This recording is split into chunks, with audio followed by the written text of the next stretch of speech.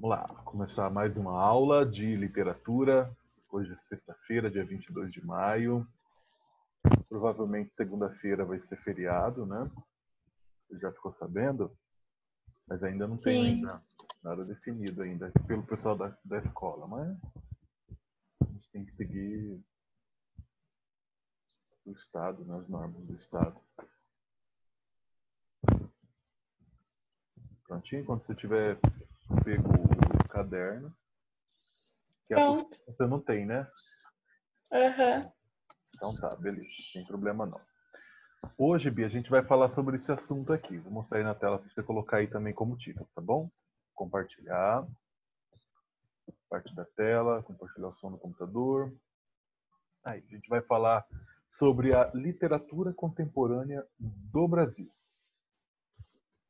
Literatura contemporânea do Brasil. Só você colocar aí como título.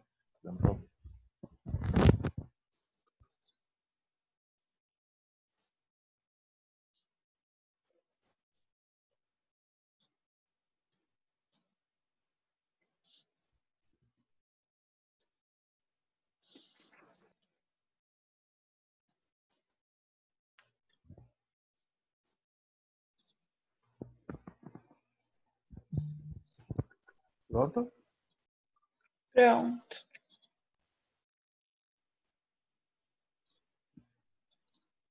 Então tá, vamos lá. Isso aí vai ser o módulo que a gente vai trabalhar, vou ter feito novamente. O módulo que a gente vai trabalhar de literatura contemporânea do Brasil. E aí eu vou falar um pouquinho agora sobre a parte do contexto histórico-cultural, né, daquela época. Mas antes eu vou começar mostrando aqui, compartilhando, uma telinha para você. E compartilhar a tela. Compartilhei. Essa telinha aqui desse módulo também de trabalho, que é muito importante, de literatura contemporânea. E aí, observa aí a tela. Mural de Malangatana Valente, localizado no Jardim do Natural History Museum, em Maputo, Moçambique. E aí, o que você percebe olhando essa imagem, Bia? O que está acontecendo aí? Não sei. O que tem aí? Não tem uma mistura de elementos que parece ser gente, mas parece que ser animal também? Olha aí, ó. Ó, ó. Tem uma mistura, né? Você vê aí também? Você está vendo aí, né? Aham. É uma mistura de coisas, de elementos da nossa sociedade. Você pode ver aqui que tem um pintor, que tem um animal, que tem uma mulher grávida. Ou seja, são vários elementos de personalidades, de pessoas do nosso cotidiano. E aí, a, a apostila aqui, o módulo em si aqui da UNO começa falando sobre esse assunto e deixa como título o nosso conteúdo, né, em si, que é literatura contemporânea. Então, vamos ver o que mais o livro traz para você aqui. A arte e o tempo presente. Olha aí. Está dando para enxergar as letrinhas aqui embaixo ou está muito pequeno? Deixa eu ver se eu aumento aqui. Eu acho que aí dá para expandir também, né? Olha aí essa imagem. Vamos ler a legenda dela. Você quer ler? Pode ler para mim, fazendo um favor. A Pode. tentativa de expressar um ponto de vista para marcar um lugar na sociedade é um dos fatores que explicam o fenômeno do grafite e da pichação. Será que esse objetivo é tão diferente assim do que buscam os escritores em nossa época e também no passado? Na imagem, grafite na fachada de um hostel em Valparaíso, Chile. E aí, o que você achou dessa imagem? Diferente, né? Sim, Diferente, bem inovadora. Você pode ver que tem vários elementos. O que chama mais atenção, a minha atenção no caso aqui é esta, né? E eu não sei o que é isso aqui. Deixa eu expandir aqui, deixa eu ver se se dá para expandir, mas parece que são, acho que duas, eu vejo duas pessoas aqui, ó. Você vê aí também? Tipo numa É. lâmpada. Sei lá, uma coisa bem estranha, bem inovadora. Vamos ver aí um vídeo da professora que vai falar um pouquinho sobre o que vai ser trabalhado nessa unidade aí que a gente vai começar hoje. O módulo de literatura contemporânea tem uma estrutura diferente dos outros. Ele vai apresentar a obra de diversos autores, um texto, um poema. O primeiro tema vai tratar de autores de países falantes de português. Então, Portugal, África e Ásia estão representados nesse primeiro tema. E o segundo tema, dos autores contemporâneos brasileiros. Como é um módulo que tem uma estrutura diferente dos outros, é interessante que você trabalhe com ele ao longo de um período, concomitante com outros módulos, talvez, para que dê tempo dos alunos realizarem as produções. A última parte foi voltada mais para mim, no caso do professor, mas eu estou mostrando em todas as turmas esses vídeos porque eles falam de uma forma muito resumida o que vai acontecer no módulo. E aí, como a gente já pôde ver, a gente vai falar sobre isso, né? Sobre a literatura contemporânea e suas vertentes também, as suas características. E é bem isso mesmo, essa parte da literatura, né? Uma parte final aí do módulo. É um módulo final. E eu quero que vocês pensem a respeito disso também, né? Da arte e o tempo presente. É possível, gente, encontrar um nome que defina aí um mundo tão complexo e múltiplo como o nosso? Pensem aí e reflitam. Como que a gente pode classificar esses novos tempos, né? Em que a lógica da globalização, a busca aí dos prazeres rápidos, o medo que a gente sente, a incerteza, né? Que não só o jovem tem, mas creio eu que todos nós temos, né? Em todas as fases a gente vai ter aí uma incerteza sobre qual será o nosso futuro, a nossa ansiedade, o narcisismo, né? A busca pelo belo, pelo perfeito, a sensação de falta absoluta também de tempo, ainda mais nessa época de pandemia, a competição exagerada também, que inicia quando nós somos bem jovens, né? Até mesmo aqui na escola também, existe, né, uma certa competição exagerada, e isso vai só aumentar, só avançar de acordo com o tempo. O individualismo também é um fator do nosso tempo, a tecnologia da informação também, tudo isso convive com a gente, né? Convive e faz com que valorize ainda mais a nossa autonomia. Querendo ou não, isso valoriza a nossa autonomia, a nossa liberdade individual também, né? A flexibilidade também dos costumes, né? Nós temos as nossas tradições que estão arraigadas dentro de nós, porque nós temos as nossas raízes, né? Nós temos muitos trejeitos dos nossos avós, dos nossos pais, e lógico que nós iremos passar também para os nossos filhos, né? Se tivermos. E para as pessoas que estão aos nossos redores também. E tem também um elemento muito legal, que é a democratização da informação, proporcionada por isso aqui, ó, pelos aparatos tecnológicos, e também que tem auxílio aí à internet, que é um elemento principal também, principalmente na época que nós estamos vivendo. Então, tirando tudo isso que eu falei agora e juntando tudo, eu quero que vocês pensem a respeito do que a arte representa no século XXI. Falem para mim aí. Bom dia, Isa. Bom dia. O que a arte representa?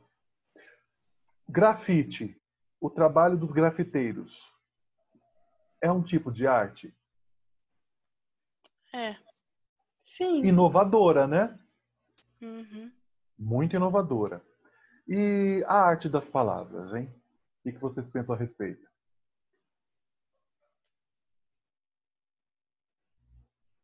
Aqui o livro fala para mim que nós estamos... Eu nunca tinha ouvido ou lido esse termo, mas nós estamos em tempos hipermodernos. Vocês acham que esse tipo de arte moderna, contemporânea, tem muito espaço na nossa sociedade? Acho que sim. E aí, Bia? Você acha também? Acho. Então, é sobre isso que a gente vai falar nesse capítulo, tá bom? Sobre a literatura contemporânea, que teve, nessa época, uma abertura política que criou um clima mais favorável, né, à livre expressão. E agora, a partir de agora, eu vou falar sobre o contexto histórico-cultural. E para não ficar falando aqui sozinho, eu vou mostrar para vocês, tá bom? E depois vocês podem pegar e rever novamente o vídeo, porque isso interessa muito e cai muito em vestibulares. Por mais que não irá ter o Enem esse ano, né, oficial, mas creio eu que vai ter um teste aí, né? Eu não estou ainda a par da situação. Eu sei que foi cancelado, né? Foi cancelado por, acho que 60 ou 90 dias, alguma coisa assim, e vai ter uma votação do dia, né? Sim. Mas vai ter a prova normal depois? Como que é? Ou é só um teste mesmo? Ah, não sei, assim, praticamente. Vocês vão fazer Enem? Ainda não definiram. Tá bom. Vocês vão fazer o Enem? Sim. Então tá. Então isso aqui é muito importante. Isso aqui também, literatura e história anda assim, ó, juntinhos. Ó, prestem atenção aí no contexto histórico cultural. Segunda metade do século XX, está aparecendo aí? O que acontece?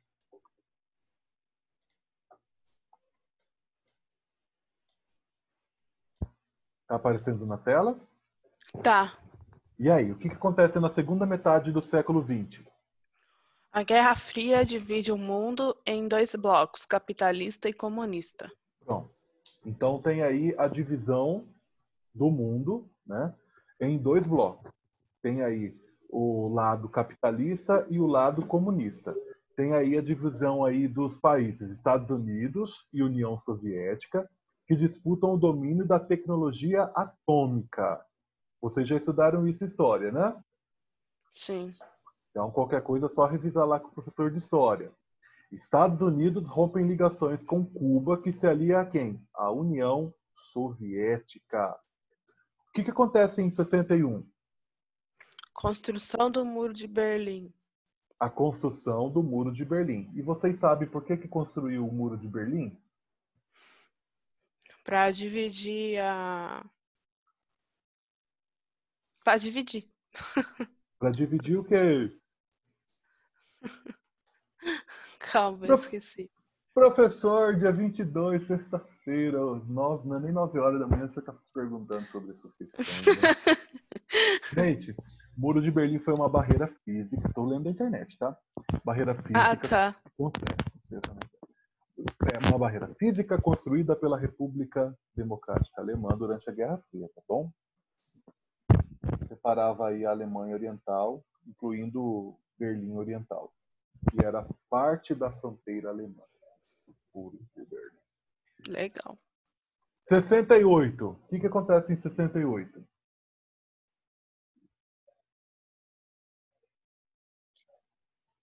Primavera de Praga. Tchecoslováquia se rebela contra a União Soviética. E aí? Vamos pesquisar sobre essas questões aí? Vai lá, pesquisa para mim aí. O que foi a Primavera de Praga? Foi uma época de pandemia, é isso? Por isso que se fala Primavera de Praga? Pesquisa para mim aí. 5 minutos. Vai lá. Uma época muito importante na política desse país aí. Vai lá. Primavera de Praga. E aí? Foi um período de liberalização política na Tchecoslováquia durante a época de sua dominação pela União Soviética após a Segunda Guerra Mundial. E aí, Bia, o que você achou também? Obrigado, Isa. De nada. Se precisar, estamos aí. Aí. Isso mesmo. Bia! Isso mesmo o quê? A mesma coisa da Isa, abre a mesma coisa. Mas pode falar aí, Bia. Eu falei a mesma coisa que ela leu? Aham. A Primavera de Praga foi um período de liberalização política na Tchecoslováquia durante a época de sua dominação pela União Soviética após a Segunda Guerra Mundial. Gente, foram 8 meses durante esse ano aí de 68. E a população da Tchecoslováquia, ela passou a pressionar por mudanças no sentido de reformar aí os moldes do governo comunista que estava instalado naquele país. Então, houve aí 8 meses de mobilização popular, né? E a abertura do governo também pelas reformas levaram aí a União Soviética a intervir até que eles invadiram a Tchecoslováquia em agosto de 68. Por isso que fala aí, Primavera de Praga. Foram 8 meses. Foi uma temporada muito grande. Tá bom? Uhum. E aí, em 89, teve o quê? Queda do Muro de Berlim. Queda Eu do já, Muro de Berlim. eu já Fala. fiz uma pesquisinha aqui do que era o Muro de Berlim. Vai lá, fala. Foi a queda. A queda do Muro de Berlim aconteceu Calma, volta. A queda do Muro de Berlim aconteceu em 9 de novembro de 1989. Foi um evento crucial na história mundial que marcou a queda da cortina de ferro e o início da queda do comunismo na Europa Ocidental e Central. A queda... Eita, tem uma falhadinha aí na internet. Você se encontra aí, Isa? Bia? Oi? Eu não sei se a Isa está escutando, ela estava falando muito bonitinho, mas aí falhou o áudio dela. Opa, voltou. Voltei. Internet caiu sem querer. Quer que eu leia de novo? Pode ler, vai. Fica à vontade. Tá, obrigado. A queda do Muro de Berlim deu-se na passagem do dia 9 para o dia 10 de novembro de 1989. Esse acontecimento é marcante, pois foi o prenúncio da queda da República Democrática Alemã, a Alemanha Ocidental e da reunificação da Alemanha, separada em duas nações desde o final da Segunda Guerra Mundial. Deus me livre. Olha aqui, o que foi considerado o Muro de Berlim na época? Foi considerado a cortina de ferro. A queda da cortina. Seria uma cortina? Sabe por quê? Cortina, sabe, né? Cortina, alô? Mas por que cortina de ferro? Porque ela foi construída com metal, né, arame farpado também, e foram 167 quilômetros de alvenaria. Então foi o muro. Era muito grande. Tinha 255 postos de observação. Só para vocês terem uma ideia. 800 pessoas foram mortas durante a tentativa de invasão aí, para quem queria atravessar o muro. Porque lá tinha tipo ninhos, tinha tipo, locais que as pessoas ficavam, né, com armamento pesado, metralhadoras, e tinha já os postos de observação. E só para vocês terem uma ideia, tinha 271 trechos cuidados por cães de ataque. Ou seja, era uma cortina da morte que eu colocaria. Mas foi chamado como cortina de ferro. Tá bom? Uhum. E aí, a queda do Muro de Berlim, o que aconteceu? Aconteceu devido aí à crise do sistema soviético e à pressão também do Ocidente. Então, aí no dia 9 de novembro de 1989, acontece aí a queda do Muro de Berlim e a população da Alemanha Ocidental derrubam esse muro, abrindo aí um caminho para a reunificação alemã e o fim da guerra também. Se você procurar lá no Google as imagens da queda do Muro de Berlim, você vai ficar impressionado com o tamanho que era esse muro e com todo o armamento que eles utilizaram para conter as pessoas. Fora, eu falo aqui 800 mil, mas fora aí as pessoas também que morreram e não foram, como fala, reconhecidas, né? E aí continua, ó. China e Índia obtêm mais influência econômica e política. Em 1993, o que acontece? Arma aí. Aí na tela. Formação da União Europeia. Formação da União Europeia. E o que foi a União Europeia? Vocês sabem? Vou estar pesquisando já aí, porque sabe que eu vou perguntar. Quantos países que tinham na União Europeia? Calma aí. Para que servia?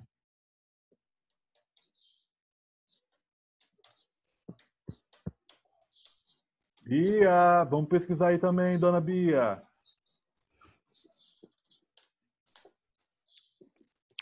A União Europeia é uma união econômica e política de 27 Estados-membros independentes situados principalmente na Europa.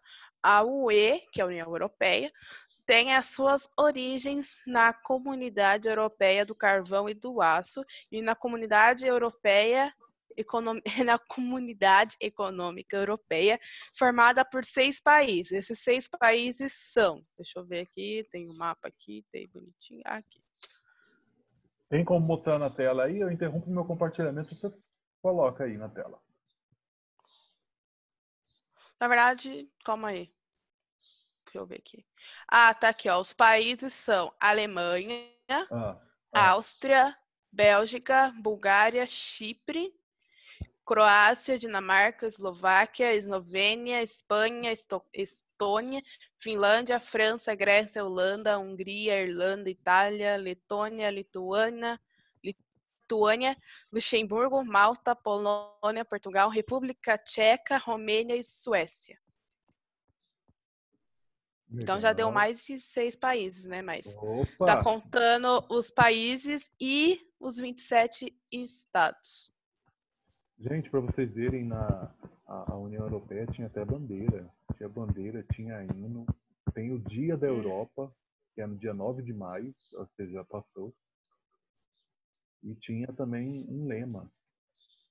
O lema que era In Varietate Concordia. Em português é Unidos na Diversidade, que era o lema da União Europeia. Só para vocês terem aí uma ideia de quanto que era grande a União Europeia. E claro, né, tinha muitos objetivos aí.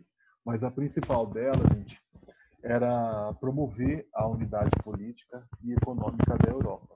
Tá bom? Tinha muito.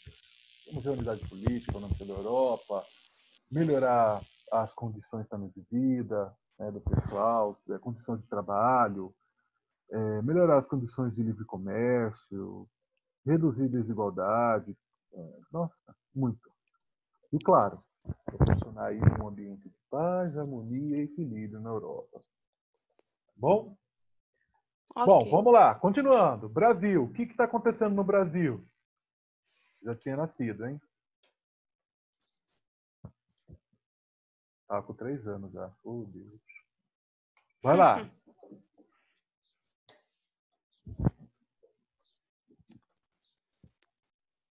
O quê? Espera aí que eu vou pedir para vocês abrirem a câmera para ver se vocês não estão dormindo. E eu vou pedir um relatório dessa aula e eu quero ver o que vai acontecer. Eu sou muito mal. Não, eu tô prestando atenção, é que cortou a hora que você falou. De novo. Cadê a senhorita Beatriz? Beatriz, o que está acontecendo no Brasil? É para ler? É!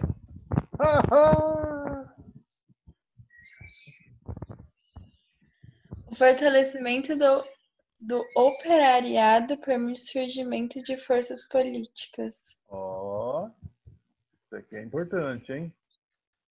Aí de 93 ele passa para 2003. Vamos lá, 2003. Ascensão do operariado ao poder político acena com possibilidade de novas orientações na administração pública federal. Tá, e agora ele fala um pouquinho sobre isso aqui, ó. Novas orientações na administração. Aliás, é sobre isso aqui, ó. Vai lá. Tá. É para ler o segundo? Ah, tá bom. Não foi mal. Programas sociais contribuem para a diminuição das desigualdades, mas velhas práticas políticas impedem a renovação plena nas instituições. Quem que era o presidente do Brasil em 2003? Nossa, esqueci o nome dele. Pois é, meninos, vamos pesquisar aí?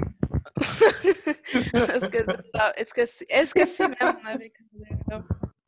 Vai lá, Calma aí. procura aí. Olha, Bia, presidente do Brasil em 2003. Do Brasil. Calma aí, não é de agora não. Eu sei que é Jair Bolsonaro. 2000 e... Não é 2009. Aí, 2003. Bora, Bia, bora, Bia. Lula. Acordar, Bia. Foi Luiz quem? Inácio... Não, calma. Era o Lula. Fernando Henrique Cardoso? É ou não é? Foi Fernando Henrique Cardoso? Então, houve aí uma troca de posse, né? É, primeiro foi o Fernando Henrique, depois... Primeiro Aqui que tá os dois. Primeiro de janeiro. Ué. As eleições aconteceram em 2002, ano da Copa, e em 2003 aí entrou o Luiz Inácio Lula da Silva. Ficou até quando? Tá aqui, ó. Luiz Inácio ficou da até Silva. Quando? De 2003 até quando? Calma aí. É que tá aqui, ó. Vou ler o que tá escrito aqui, ó. Luiz Inácio da Silva tomou posse no dia 1º de janeiro de 2003, sendo eleito em presidente em 2002. Foi o segundo presidente brasileiro a tomar posse nesta data, o terceiro presidente eleito desde o final da ditadura militar e o primeiro ex-operador de orientações socialistas a assumir a presidência da República. E aí, ele foi até quando? De 1º de 2011. janeiro de 2003 a 1º de janeiro de 2011. E aí a última parte... eu ia contar a última parte também. Olha lá. Tem o que aqui, ó, na última parte? Tá, calma aí. A decepção política com partidos ditos de esquerda fortalecem a extrema-direita. Correto. Vou interromper o compartilhamento aqui. Interromper o compartilhamento. Calma só um pouquinho. Calma aí. A gente falou aí sobre... cadê o... Deixa eu desligar minha câmera. Falou aí sobre o... Eu tô desligando minha câmera, meu cabelo tá ridículo e eu tenho que cortar ele. E era pra cortar ontem, não deu certo. E agora só sábado. É normal. E eu fiz passar gel. O gel tá muito caro. Voltei. Calma aí. Tá, a Bia não tá com o livro em mãos, mas a coleguinha Isa deverá estar agora, capítulo 22. Literatura Contemporânea do Brasil. Só para falar para vocês, nós já começamos a apostila, tá bom? Falando aí sobre essa questão aí histórico, político e social, cultural também, né? A gente já começou essa apostila, a trabalhar sobre essa apostila. Vou mostrar para a Bia aqui. Olha, que chique! Aí, eu queria um microfoninho desse também, mas eu não achei. Eu não achei mesmo. Tá, deixa quieto. Deixa quieto. Vou compartilhar aqui para vocês, tá, Bia? Olha lá. Ah. Nós estávamos falando sobre isso aqui, Bia, ó, sobre o contexto histórico-cultural, Ai, peguei a apostila errada, mas tudo bem. Vai lá, pega lá. Contexto histórico-cultural. Aqui fala um pouquinho sobre a Guerra Fria, as chamadas superpotências, né? Cadê? Esquerda, direita. Parece coisa de educação física. A história. Isso aí. Aí fala um pouquinho sobre a parte aqui no Brasil, 1970, criação de um clima mais favorável, a livre expressão de ideias. Olha aí, tudo que eu perguntei para vocês, ó. Em 2003 teve aí a eleição do Lula da Silva para a presidência, que assinou com a possibilidade de novas orientações, ó. Tudo estava lá, vocês acabaram de ler. Programas sociais de grande alcance, que contribuíram para diminuir a desigualdade. E aí chega na parte da nossa querida e amada literatura. Ó, que fofo. Olha aí, que é a parte da poesia. Que homem Agora, feio. Pode parar, coleguinha. Calma aí, deixa eu afastar aqui o chat. Vai pra cá. Aqui. Tá, senhor. Aí. Calma aí. Opa. Tá aparecendo aí, né? Sim. Tá bom. Deixa pra cá. Eu ficar um auxiliando o outro. Senão não tem como. Não, calma aí.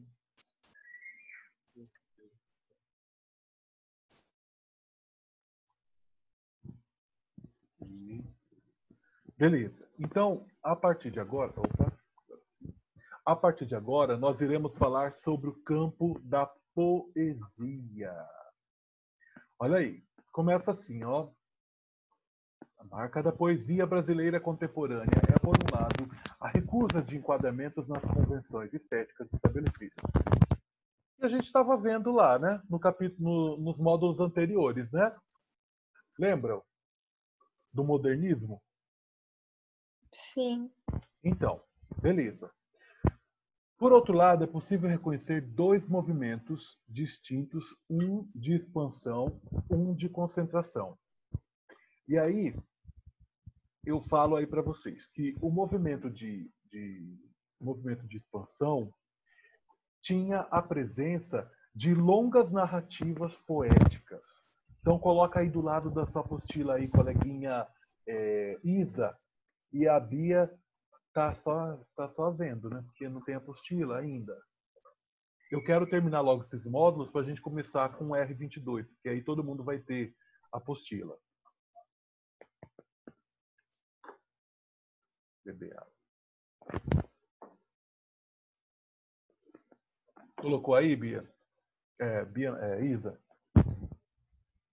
Colocou aí, Isa? Oh, meu Deus. Sim! Aqui, expansão, coloca uma seta aí. Aí você coloca presença de longas narrativas poéticas. Colocou nada. Uhum.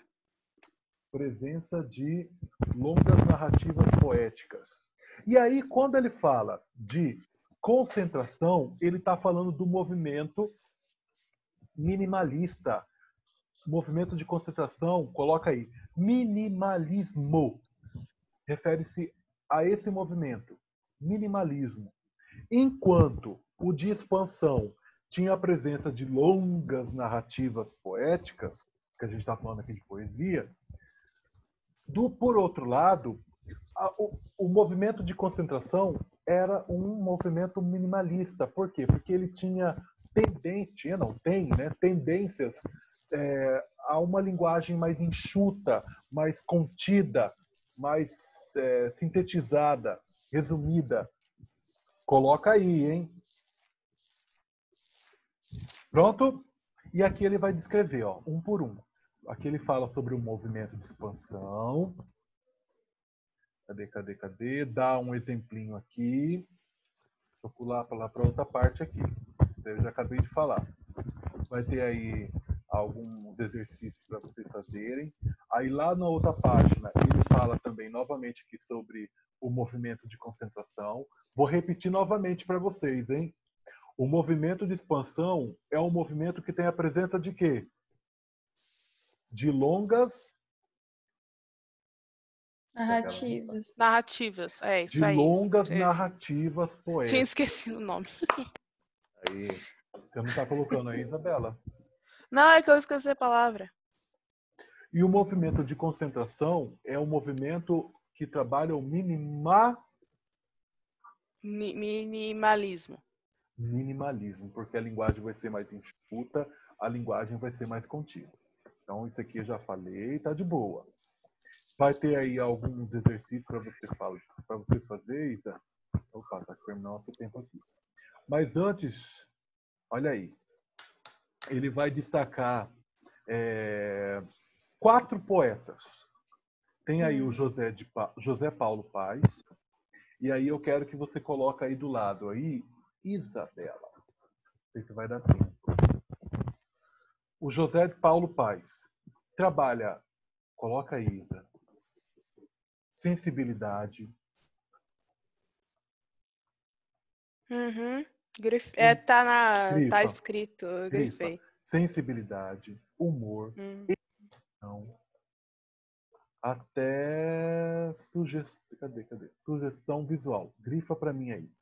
Então, ele vai fazer uma mescla desses elementos. Sensibilidade, humor, erudição em uma poesia. Ele vai trabalhar a temática social. Ele vai trabalhar o serviço de uma sugestão visual. Esses são aí as características do José Paulo Paes. Tudo bem? E aí vai ter aí um poema que você pode ler depois aí na sua casinha, tá bom? Porque não vai dar tempo agora. Eu peço para a coleguinha Beatriz para ela rever, né? Se ela quiser ler, reveja lá a videoaula para você ler, mas aqui já está aparecendo aqui o poeminha do José Paulo Paes. Que bem bonito. diferente, né? Uhum. Isso aqui pode cair no Enem. Aqui, ó, tem aqui a leitura do poema e tem também algumas questões aqui referentes ao poema do José Paulo Paes. Agora o Paulo Leminski. Eu quero que você grifa aqui, ó. Comunicação envolvente com a aprovação do... Opa. Até... Cadê? Até pensar. Tá. Comunicação. Ó, o Paulo Leminski, ele mesclou a comunicação envolvente com a provocação e o convite ao leitor para pensar seu lugar no mundo, como se observa o poema a seguir. E aí vai ter o poeminha. Vem aí para mim, Bia. Bia, vai, Bia. Eu queria tanto ser um poeta maldito, a massa sofrendo enquanto eu profundo medito. Eu queria tanto ser um poeta social, rosto queimado pelo hálito das multidões. Em vez, olha eu aqui, pondo sal nesta sopa rala, que mal vai dar para 2. Percebe o quanto que ele é ácido, o quanto que ele provoca a gente. Não sei se vocês sentem a mesma coisa. Mas eu sinto tudo isso que o coleguinha passou aí. Ele faz essa comunicação que envolve a gente. Já no primeiro verso aí, ele já parece que chama a atenção, né, com as palavras dele. Olha, eu queria tanto ser um poeta maldito. Isso é tão atual. Vai ter aí algumas questões aí, gente, a respeito desse grande poeta. E eu acho que é o penúltimo. O penúltimo vai ser o Manuel de Barros, meu querido Manuel de Barros, que nasceu olha onde que ele nasceu. Por isso que eu amo ele. Nasceu em Cuiabá, em 1916, e faleceu em Campo Grande, em 2014. Lembro até hoje. Plantão da TV Centro-América, quando anunciou a morte dele. E o que eu quero que vocês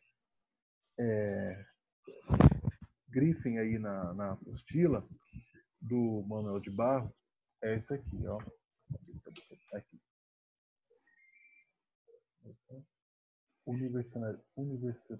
universalidade a sua expressão. E era bem isso mesmo. Ó, isso aqui também é importante, ó.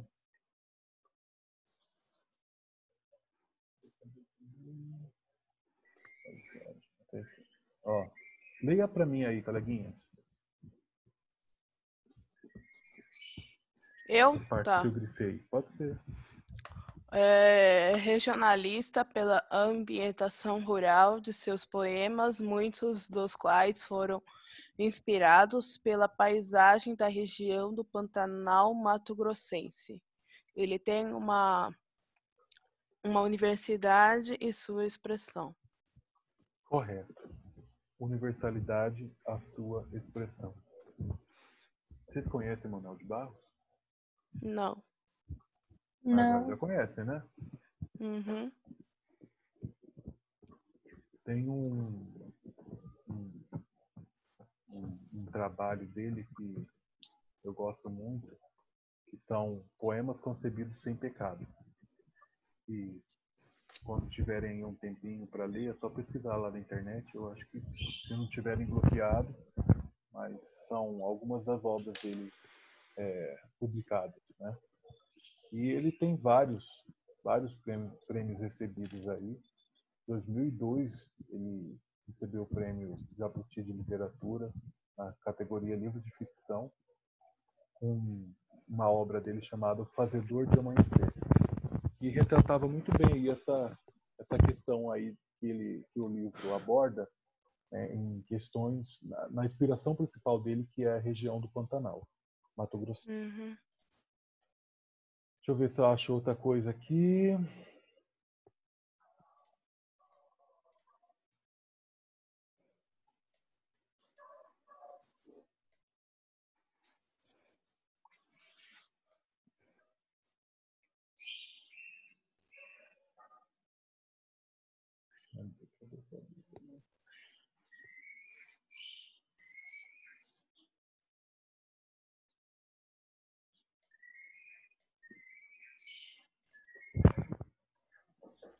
O Apanhador de Desperdícios. Leiam para mim aí, faltam 3 minutos. Ele é pequenininho. Tá. Uso a palavra para compor meus silêncios. Não gosto das palavras. Fatigadas de informar. Dou mais respeito às que vivem de barriga no chão. Tipo água, pedra, sapão. Entendo bem o sotaque das águas. Dou respeito às coisas das importantes. E aos seres desimportantes, prezo insetos mais que aviões. Peso a velocidade das tartarugas mais que a dos mísseis. Tenho em mim um atraso de nascença. Eu fui aparelhado para gostar de passarinhos. Tenho abundância de ser feliz por isso. Meu quintal é maior do que o mundo. Sou um apanhador de desperdícios. Amo os restos. Como as boas moscas. Queria que a minha voz tivesse um formato de canto. Porque eu não sou da informática, eu sou da invencionática. Só uso a palavra para compor meus silêncios. Vou enviar aqui no bate-papo um link muito legal que tem alguns poemas dele. Vejam. Aí, É para abrir agora? pode abrir. Ah, tá. Abriu. Abriu? Uhum. Aí vai ter alguns poeminhas dele que podem cair em algumas provas, tá? Aliás, um deles já caiu algumas provas, principalmente o Enem. Aí vai ter o livro sobre nada, Apanhador de Desperdícios, né, que a apostila trouxe para vocês. O Retrato do Artista Quando Coisa. O Fazedor de Amanhecer. Tratado Geral das Grandezas do Ínfimo. Prefácio. os deslimites da palavra, aprendimentos, o menino que carregava a água na peneira, muito, esse poema em si eu já li, é muito bonito, e uma didática da invenção. E aí continua, né? Porque são muitos. E eu gostaria que vocês, então, ficassem até... Vamos ficar até por aqui, porque vai acabar agora o nosso momento. Falta menos de 1 minuto para terminar a nossa aula. Tá bom? E daqui a pouquinho a gente volta com produção de texto. Beleza? Beleza. Beleza. Então tá. Daqui a pouquinho a gente volta. E aí, na próxima aula, a gente termina.